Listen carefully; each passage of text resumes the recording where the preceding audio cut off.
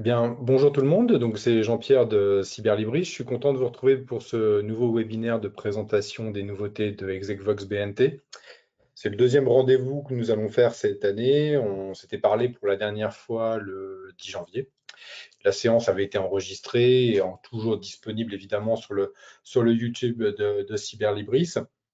Donc, pour les personnes qui participent pour la première fois, l'idée, c'est de se réunir tous les 2 mois et de faire un petit tour d'horizon sur les derniers ajouts qui ont été faits en termes de catalogue sur la bibliothèque de BNT Execvox. Euh, je peux d'ores et déjà vous annoncer, comme d'habitude, hein, la date du prochain rendez-vous qui aura lieu pile poil dans 2 mois, le vendredi 23 mai à 11 h. Donc, de toute manière, comme d'habitude, vous allez recevoir un petit email récapitulatif avec tous les points que j'aurai évoqués pendant la séance d'aujourd'hui, ainsi que la date et le lien pour pouvoir vous inscrire à la séance, donc la prochaine, le 23 mai à 11 h. Il y aura le replay évidemment dans le corps de mail. Et puis pour les personnes qui ne pourront pas suivre, qui n'auront pas pu s'inscrire, hein, comme d'habitude, la vidéo est disponible après, je la mettrai en ligne la semaine prochaine sur le YouTube de Cyberlibris. Elle sera aussi en ligne, comme d'habitude, aussi sur le site Execvox où il y aura un lien dessus dans les bannières qui défilent. Donc, vous pourrez voir de toute manière ce webinaire en replay, il n'y a aucun problème. Donc voilà ce que je voulais vous dire en brève introduction. Alors, au niveau du plan, on conserve un plan comme d'habitude, hein. Je vais faire un petit état des lieux d'abord autour de certains éditeurs qui nous ont fait soit des grosses mises à jour, soit avec lesquels on a eu des nouvelles collections qui sont arrivées en ligne, ou alors de nouveaux éditeurs. Et puis, dans un deuxième temps, je vais passer sur la partie qui va être un peu plus importante, c'est celle thématique, où je vais vous présenter quelques titres et des sélections de titres thématiques qui ont rejoint la bibliothèque BNT Execvox. Voilà ce que je voulais vous dire en intro. Donc, on va pouvoir démarrer. Alors, comme d'hab, je vais couper ma caméra, comme ça, vous aurez un meilleur écran. Hop, et on va pouvoir démarrer. Alors, on va partir sur des nouvelles collections, tout d'abord, qui ont rejoint BNT Execvox. Alors, je vais changer d'écran, comme ça, vous verrez mieux. Tchac. Alors, il y a Duno qui a commencé à nous ouvrir les vannes vers de nouveaux bouquets. Alors, je vais commencer par la collection Poche de chez Duno, qui nous a proposé pour l'instant, pour les thématiques qui vont concerner Execvox, 5 ouvrages qui sont présents ici. Donc 5 titres publiés entre 2024 et 2025, donc des ouvrages très récents. On va retrouver beaucoup de la politique et de la géopolitique dessus. Donc par exemple, il y a l'art de l'influence et de la manipulation au quotidien, l'opinion et la foule, et puis les grands discours également qui ont marqué la France. Donc voilà les ouvrages qui sont arrivés dernièrement, puis actualité oblige, vous voyez l'Amérique et son président, plus la Russie, le retour de la puissance. Donc ça, c'est dans la collection du No Poche. Vous pourrez évidemment consulter ces ouvrages dans le lien que je vous enverrai. On va rester chez Duno. Euh, Autre collection qui nous a été proposée par l'éditeur que nous n'avions pas jusqu'à présent. On est plutôt content de son arrivée. Ça va concerner tout ce qui concerne les métiers autour du social et pas seulement tous les services liés aux services sociaux dans les collectivités pourront être intéressés par ces ouvrages. Donc, c'est la collection J'intègre les métiers du social qui est proposée. Donc, on retrouve évidemment tout ce qui concerne les formations DE, TISF, DE, JE, DEAF. Mais il y a aussi des ouvrages concernant les politiques sociales qui a été proposé. Et autrement, il est un petit peu plus bas, vous voyez, moniteur, éducateur, et puis les Caférius également. Donc, tous les ouvrages qui sont là sont évidemment relatifs au concours, mais des concours relatifs aux services sociaux. Donc, n'hésitez pas à les consulter, ces ouvrages-là. Ils pourront intéresser pour les services qui sont en charge de ces thématiques dans vos collectivités. Donc, n'hésitez pas à vérifier ça. Ça représente 13 titres publiés entre 2019 et 2025. Donc, voilà un peu ce que je voulais vous dire. Donc, on est content de l'arrivée de cette collection qu'on a eu du mal à obtenir de chez Duno, mais maintenant qui est en ligne. Et d'autres ouvrages apparaîtront dans la collection Les métiers du social. Je voulais faire également, Alors, parce que je ne l'ai jamais vraiment fait depuis qu'on fait des webinaires, c'était faire un petit focus autour des éditions de l'Aube et notamment des nouveautés. Je les incorpore généralement dans mes thématiques, mais là, j'en avais beaucoup d'ouvrages qui étaient parus fin 2024 et début 2025. Des ouvrages que je n'avais pas eu le temps pour certains de vous présenter au mois de janvier, parce qu'on est tout juste de les recevoir. Mais en tout cas, on a eu une belle sélection avec les éditions de l'Aube, donc des titres relatifs à l'aménagement du territoire, à la politique, à l'économie et à la société. Ça représente 17 ouvrages au total. Donc parmi ceux que j'ai retenus, il y a Loin de Paris, Raconter les territoires, Changer l'immobilier de l'utopie à la réalité dans la bibliothèque des territoires. Il y a des ouvrages de politique également. J'ai tendance à les incorporer également dans, le, dans la sélection de BNT. Autre titre qui est intéressant, c'est Grand âge et fin de vie. Pareil, on rejoint un peu les services sociaux qui pourraient être intéressés par cet ouvrage. Il y avait Toi des villes et moi des champs également, la ruralité au XXIe siècle, qui a été coécrit avec la Fondation Jean Jaurès. Et puis un petit peu plus bas, on arrive dans les ouvrages de 2024 pour ceux que j'avais reçus au dernier moment. Il y a Politique urbaine de l'accélération. Et puis, deux autres titres, L'urbanisme des solutions et Marseille 2030, la ville des possibles. Donc, tous ces ouvrages, c'est pareil, tous ces ouvrages des éditions de l'Aube, vous les retrouverez dans. Il y a Éloge des villes également, euh, qui est là. Donc, vous voyez, c'est une belle sélection qui nous est proposée. Donc, vous les retrouverez dans le lien, évidemment, que je vous enverrai. Vous pourrez aller voir les ouvrages qui pourraient vous intéresser également. Autre chose, donc là, c'est un nouvel éditeur. Il n'y a pas beaucoup de titres pour le moment vous concernant, mais je suis en train de travailler dessus. C'est Tech et Doc qui commence à rejoindre nos bouquets. Alors pour l'instant, il n'y a que 4 ouvrages. Là, c'est un ouvrage assez récent qui doit être de 2024, je crois, et les 3 autres, ils sont un peu plus anciens, ont une dizaine d'années. Mais il y a Résilience territoriale et changement climatique qui nous a été proposé. Aménagement des espaces verts urbains et du paysage rural. La ville au risque du ghetto et risque environnemental et action collective également. Donc il y a ces 4 ouvrages-là. Il y en a d'autres qui vont arriver. Je ferai peut-être un petit focus dessus au mois de mai quand on aura une vue d'ensemble sur tous les titres. Mais je voulais au moins vous informer que Tech et Doc arrive dans le catalogue de BNT Execvox. Donc nouvel éditeur. Vous recevrez le lien pour voir ces 4 bouquins-là. Et si j'en ai d'autres, évidemment, qui vous concernent, je les incorporerai dans mes sélections. On va passer maintenant sur la partie thématique. Donc, comme d'habitude, j'ai fait des petits focus sur certaines thématiques. Alors, il y a tout d'abord l'aménagement du territoire. Donc, l'aménagement du territoire, j'ai retenu 6 ouvrages. Alors, il y a celui-ci sur lequel je voulais m'attarder un petit peu, c'est Habiter, se loger, s'abriter, le pouvoir d'agir. C'est publié chez l'Harmattan dans la collection Habitat et Société.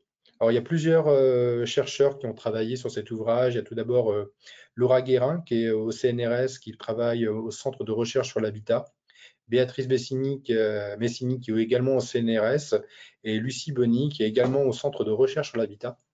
C'est un ouvrage qui actualise les relations que les opérateurs socio-économiques et techniques entretiennent avec l'urbanisme, l'aménagement, l'architecture, le paysage et le patrimoine. Et le prisme de cet ouvrage est vu selon l'habitant, principalement. Donc, comment les ménages s'adaptent à la crise du logement, comment ils s'adaptent selon leurs ressources et qu'ils adaptent le logement en fonction. Donc, il y a toute une réflexion dans cet ouvrage autour, évidemment, de la crise du logement actuelle, comment les ménages y remédient comme ils peuvent. Donc, c'est un ouvrage qui est très intéressant pour les services d'urbanisme, évidemment, relatif à toutes les questions liées à la crise du logement. Alors, sur l'aménagement du territoire, autre livre que j'ai retenu, sur lequel je voulais m'attarder, c'est Nourrir les Franciliens, de la grande culture à la transition agroécologique. C'est publié aux éditions du Manuscrit. C'est un ouvrage de 2024 qui est sorti fin 2024. C'est un acte de colloque à la base qui a été organisé par l'agglomération de Roissy, Pays de France, donc en Île-de-France, Et le colloque avait pour but de revenir sur les spécificités de l'agriculture en Île-de-France, malgré l'urbanisme massif et ses 12 millions d'habitants. Donc, comment s'organise l'agriculture en Île-de-France et comment celle-ci approvisionne l'agglomération parisienne dans son ensemble. Donc, comment est adaptée l'offre alimentaire pour la consommation francilienne? Comment sont organisées la cohabitation entre les espaces agricoles, urbains et économiques? Voilà ce qui est présenté dedans. C'est un super ouvrage, enfin, un super acte de colloque sur l'aménagement du territoire, sur une étude de cas spécifique, celle de l'Île-de-France, et les spécificités qui sont liées à cette région. Donc, évidemment, c'est un ouvrage que je vous recommande d'une manière générale aussi, comment l'agriculture au sein des régions approvisionne les centres urbains. Là, on parle de la mégalopole de Paris, mais les centres urbains en général.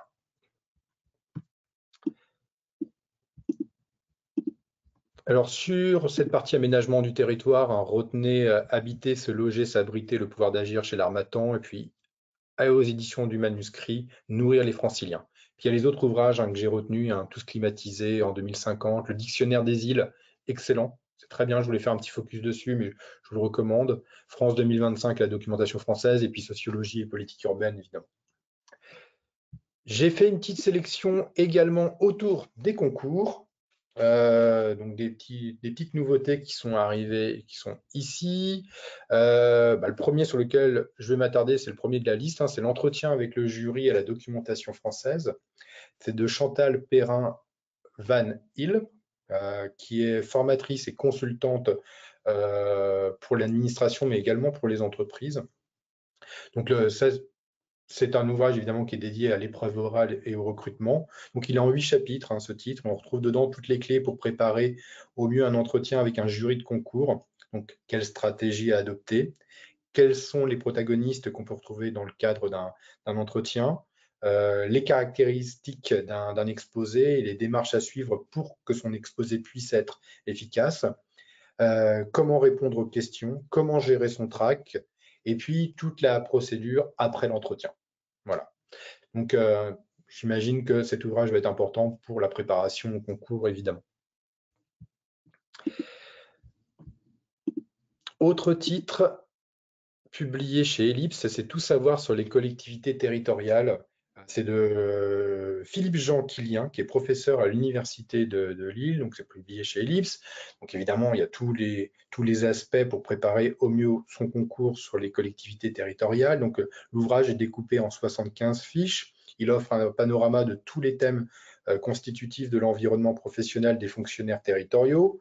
Donc on revient dedans, qu'est-ce qu'une institution des collectivités territoriales et quels sont les établissements publics, comment s'organise l'organisation de la démocratie locale, la répartition des compétences territoriales, comment fonctionnent les finances publiques, la stratégie de la fonction publique territoriale et ses statuts, et les relations entre l'État et les collectivités territoriales. Voilà ce qu'on va retrouver évidemment dans cet ouvrage qui va être, j'imagine bien, indispensable.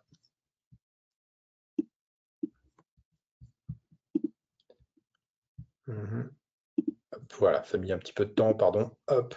Et puis vous retrouverez aussi des autres ouvrages, des ouvrages un peu juridiques, l'anglais au concours également, concours administratif, et puis de l'économie aussi pour préparer ces concours. Passons maintenant à gouvernance et administration. Alors pareil, j'ai sélectionné 6 titres, on est plus sur l'aspect juridique là. Et le premier sur lequel je vais m'attarder, qui peut être aussi important pour préparer ces concours, c'est le droit administratif général en tableau. C'est de Anne Geoffroy, c'est publié chez Ellipse. Donc Anne Geoffroy, elle est docteure en droit public. Et dans cet ouvrage, évidemment, elle revient sur ce qu'est le droit administratif. Donc l'ouvrage est construit en 3 grandes parties. Tout d'abord, il y a le but de l'action administrative, dans lequel on retrouve la satisfaction de l'intérêt général, la préservation de l'ordre public.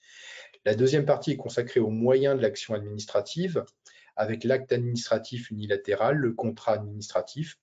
Et la troisième partie, qui, elle, va être consacrée à l'encadrement juridique de l'action administrative, avec dedans les sources du droit administratif et les contentieux liés à l'action administrative. Autre titre que j'ai retenu, alors c'est publié chez Géresso, l'ouvrage me semblait intéressant, c'est le guide de l'enquêteur administratif. posture, entretien et restitution. C'est de Élodie, alors pardon si j'écorche son nom, c'est Carouillan. Donc c'est publié chez Géresso. L'autrice, elle est juriste dans la fonction publique et elle revient sur le rôle de l'enquêteur administratif, justement.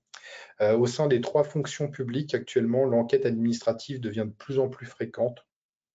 Donc, c'est un ouvrage qui va être principalement, évidemment, à destination des enquêteurs administratifs, mais pas que.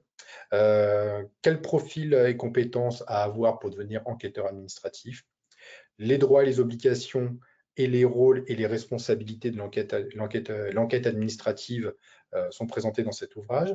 Comment adapter la bonne attitude face à des situations sensibles? Et puis, les outils et les conseils et les différents retours d'expérience sont présents dans cet ouvrage. On est dans un guide pratique et accès, j'aurais pu le mettre aussi dans la partie ressources humaines. Il était un peu à la jonction des deux, entre la ressource humaine et puis tout ce qui concerne le juridique. J'ai mis plus davantage dans cette partie juridique. Mais en tout cas, vous avez cet ouvrage qui est assez complet. Et c'est la première édition pour cet ouvrage. À ma connaissance, je ne sais pas s'il y avait beaucoup de littérature qui existait sur cette thématique. Alors, sur la partie gouvernance et administration, retenez le droit administratif général en tableau et puis le guide de l'enquêteur administratif. Puis il y a les autres ouvrages qui peuvent aussi être intéressants pour les préparations au concours, les droits constitutionnels par exemple. J'en ai 2 là ici, le droit environnemental aussi, et le droit de la terre pour tout ce qui concerne l'agriculture. Alors, j'ai fait une sélection également, comme d'habitude, sur la politique et la communication. Et le premier, c'est plus un ouvrage de communication dans lequel je vais rentrer. C'est les 5 clés pour prendre la parole en public. C'est publié chez Duno. C'est de Philippe Le Breton. Alors, dedans, on retrouve tous les axes pour gérer au mieux la prise de parole en public, comment on gère le stress et le strac, comment on prépare son intervention, comment on structure son discours, comment on captive également l'auditoire. Il y a toutes les clés dedans donc, pour prendre la parole, défendre une idée, présenter un budget, faire une présentation quelle qu'elle soit. Donc, on est sur un super petit guide pour prendre la parole en public qui n'est pas très gros, qui fait à peine 100 pages. Il y a tout dedans.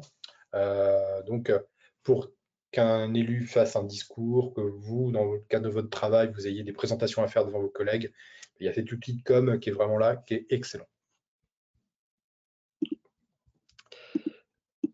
Autre titre que j'ai retenu, il est là. C'est publié chez Campus Ouvert, c'est de Francis Audier. C'est À quoi servent les enquêtes publiques, plaidoyer pour la démocratie participative. Francis Audier, il est président de France Nature Environnement pour le département de l'Isère. Et l'auteur revient sur plusieurs aspects. Tout d'abord, un truc tout bête, qu'est-ce qu'une enquête publique? Comment appliquer les citoyens dans ces enquêtes? Comment l'enquête peut être moteur de la démocratie participative? Et comment, à partir des enquêtes publiques, rendre la démocratie participative accessible, acceptable aux autorités publiques et aux élus. Donc, c'est un super ouvrage qui est très bien fait sur l'intérêt des enquêtes publiques, l'intérêt de l'implication des citoyens dans ces enquêtes et comment ces enquêtes peuvent servir la démocratie participative et servir justement les territoires également. Donc, on est vraiment sur un ouvrage très complet. Donc, on est sur un plaidoyer, c'est marqué dessus, mais qui est vraiment intéressant. Et je pense que dans l'organisation d'enquête publique, ça peut être très bien d'avoir auparavant parcouru cet ouvrage. Donc, sur la partie politique et communication, retenez prendre la parole en public, dans la collection Les 5 clés. À quoi servent les enquêtes publiques? Et puis, il y a pas mal de choses aussi, vous voyez, en géopolitique, sur l'ère des affrontements, les armes nucléaires à la documentation française. Et puis la démocratie environnementale face à la réalité chez Coué, qui est très bien. Puis on retrouve les institutions de la France également, la documentation française. J'ai fait une petite sélection également autour du management et des ressources humaines. Le premier titre sur lequel je voulais m'attarder, que j'ai trouvé super intéressant, c'est Libérez-vous des réflexes sexistes au travail, un guide pratique pour s'en débarrasser. C'est de Noémie Lemaine, qui est psychologue du travail. Et c'est un guide qui permet d'aider hommes et femmes à se débarrasser des comportements nuisibles, à les repérer également et à s'affirmer professionnellement. Dedans, on retrouve des témoignages, des tests également. Donc l'ouvrage s'articule autour de la prise de conscience autour du sexisme et des actions à mener dans le monde du travail, pardon, pour pouvoir au mieux l'éradiquer. Donc c'est très bien, hein. Donc il y a pas mal de choses. Ça peut intéresser les services RH évidemment, et même n'importe qui au quotidien, cet ouvrage. Ouais, autre titre que j'ai retenu, il est là. C'est Comment travailler avec tout le monde ou presque. C'est de Michael Bungestanier, qui est le fondateur de Box of Crayons. Donc c'est une entreprise. Et cet ouvrage, c'est un guide, hein, qui a pour objectif de réduire l'ensemble des malentendus au sein des communications dans une institution, dans une entreprise, peu importe, dans une administration, et améliorer la qualité des interactions professionnelles. Comment collaborer avec ses collègues et ses hiérarchies au mieux. Et l'ouvrage est construit en 5 grandes étapes pour pouvoir être le plus bienveillant possible au travail.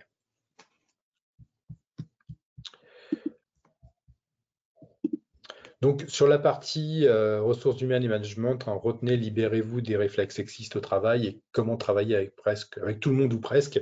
Puis il y a les autres ouvrages, évidemment, que j'ai retenus, hein, vous voyez, Devenir manager, Recruter sans discriminer, Coaching d'organisation, explorer la flexibilité des nouveaux modes d'organisation du travail, etc.